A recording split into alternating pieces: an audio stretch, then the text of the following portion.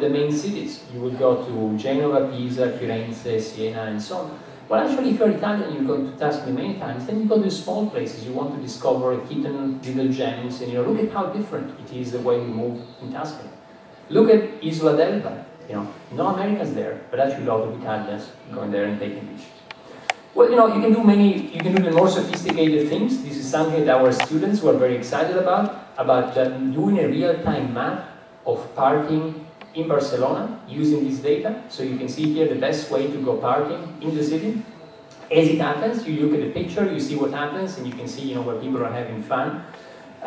They even managed to get a scientific paper by analyzing the geography of Britons and parties in the city, in Barcelona. It turns out to be quite high. And then you can also look at other things, like you can look at the color of the picture, and so you can almost monitor drought during the year in the country. So if you look at the country, how it changes color, how green is stronger at the beginning, and then gets drier and drier. So it's almost like monitoring the country, not using different type of sensors as we do today, but actually using everybody's eyes. That's how we call the project the world's eyes, los ojos del mundo. Well, that's another example. Then you can actually take all this information and combine it. And that's what we're doing in Singapore. So that's really what is happening in cities around the world. Imagine a living city where you know in real time all what's happening around yourself. And in this case, you combine all this data and you make it public so that people can access it. So here you got information about where the people are, how energy is consumed, and how it changes temperature.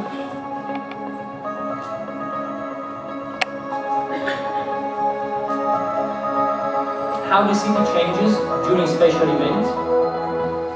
That's the Formula 1 Grand Prix in Singapore. So how the city, everybody goes there and watches. Even simple things like rain and taxis. When it rains in patches, and it's impossible to get a taxi. But if you combine information about rain and taxis, then you can provide a good service to taxi drivers and people. How the city expands and shrinks because of traffic during the day. That's all of Singapore. And then how all of this connects with the global flows. So you've got the flows in the city, but also the global flows connecting with it. That's all the flights coming in, coming out, going out, containers coming in, coming out.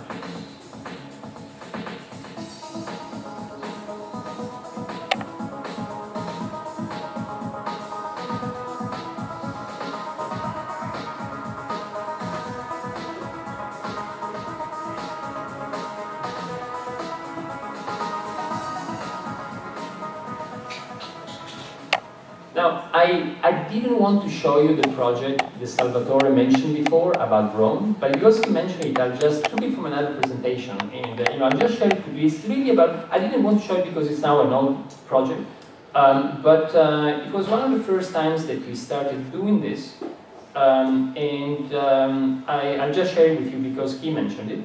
So this was actually at the Venice Biennale in 2006, 6 years ago, and we had a pavilion. And what we tried to do is, start to look at Rome and said, well, it was the first time this was done. It hadn't been done before. Can we use all the data from the cell phone network, anonymized and aggregated, in order to see what happens in the city? So we created a system like this with a number of partners. And what I will show you now is, for instance, that was 2006. 2006, something very special happened. As you might recall, is when Italy won the soccer World Cup, the Coppa del Mondo. So look at the city of Rome through the eyes, through the lens of all what happens in the cell phone network. So look at what happens in the cell phone network when Italy wins. Remember the World Cup, the final, Zidane, the headbutt, all the that, and Italy wins. So here is it. So here is it before the match in Italy. It's the morning. See people moving here and there, going shopping and going here and there in the city. It's the afternoon, then the match begins and silence. Nobody talks anymore. France scores, Italy scores, half-time, people make a good call. Second half, end of normal time, and you go first overtime, second overtime, Zidane the headbutt now, and then Italy wins. And then that night, as you might recall, everybody went to the center to celebrate, to see big heat there. Then the following day, there was a big meeting with the winning team and the Prime Minister, Prodi, in the center. And then you see, at the end of the day, everybody went to the Circo Massimo here to celebrate. And you see a big peak by the end of the day. So it's project now is 6 years old. I did not show it, but because Salvatore mentioned, but it's really about how we can really today use data to describe space and cities in a different way. Now, however, all this was about sensing, about collecting information. Now, what about the other component, about the actuation? In the end, the goal is really to win the race. Like in the Formula 1 car, the goal is really to respond to that information.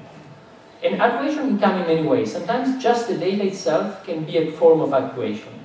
This is a project, for instance, that where we've been working in the UK.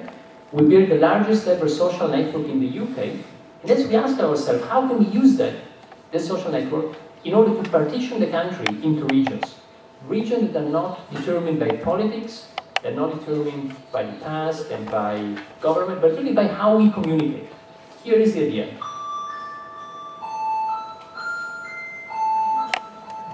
So every time we have a link between two places, every communication we have a link between two places, and then if we aggregate all of this, we get something we could call the human network. And then we take the human network and use it to find communities. Regions really based on how we talk to each other, we communicate with each other. So there's interesting mathematics to do that. And what you find is that you find like a new geography, almost a new map of the UK, that's somehow similar but somehow different. It's really more based on people. A more human and natural way of drawing the map based on how we communicate with each other.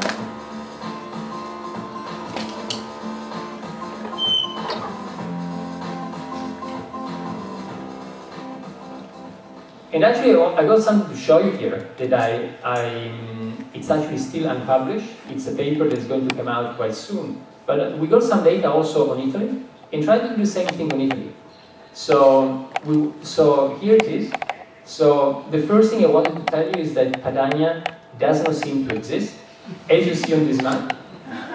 But you can see some interesting things, like you see like Domodossola that connects much more to Milan, as we intuitively know. It's part of Piedmont, but it connects more to Milan.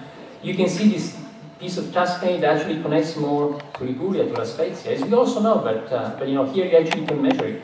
You can see this, you know, in Emilia-Romagna, people are very peculiar about, you know, the different parts, vertically, you know, Piacenza and then Emilia and Romagna. So you see actually that difference here. In the same ways, you see a kind of Magna Grecia in this part of Italy. And then you can look at this at the scale of the provinces. So you can actually zoom in and to understand how are provinces structured. And that's really, there's no any information there. There's only one type of information, is how we communicate with each other. So all of this is done simply by using a deck. It's almost like a map that's built by all of us in a bottom-up way. Well, you know, that's a way to get this information and promote actuation. That's one of the things when we presented this to number 10 Downing Street, the Prime Minister's office in the UK.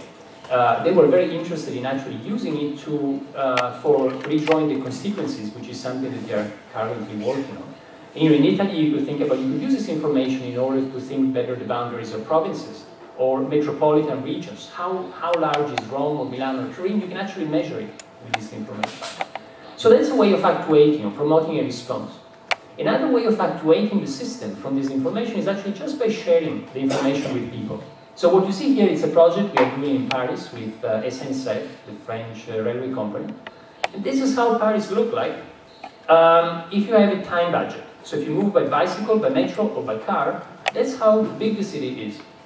However, if tomorrow you had actually a different type of budget, say a CO2 budget, this is how it looks by bicycle, or metro, or by car. So what SNCF asked us is, you know, can we actually quantify CO2 emissions by people? Oh, sorry, CO2 emissions by people. CO2 emissions by travel are 30% of the total. So is there any way we can actually provide people this information but with no user input? So you don't need to do anything, but at the end of the day, is it possible to know how much CO2 you have emitted? Well, many of us have now smartphones in our pockets. We have become almost like walking sensors. And we've got GPS, accelerometer, other type of sensors. So look at how your cell phone sees you when it is in your pocket. This is the accelerometer in your smartphone. When you are, look how it sees you when you're on a bus, walking, or biking, or in a metro. If you were a horseback riding, you will see trotting or galloping there. So the point is, when you use all of it, automatically you can know the mode of transportation, and at the end of the day, with a small app, it's not public yet, but we're working on that. With a small app, you can actually know how many miles you did, your mode of transportation, how much CO2 you emitted, and also how many calories you burned. And then if you want, you can change your behavior. So this is a way that this data can become a tool, a way to promote behavioral change. Well, I'm going from this to more architectural project. The same can also happen at the scale of our buildings. Again, this is what people call smart homes or smart buildings. Again, we don't like much the concept of smart. We think it's a bit, it doesn't put people at the center. We prefer to talk more about sensible. This is a project we presented at the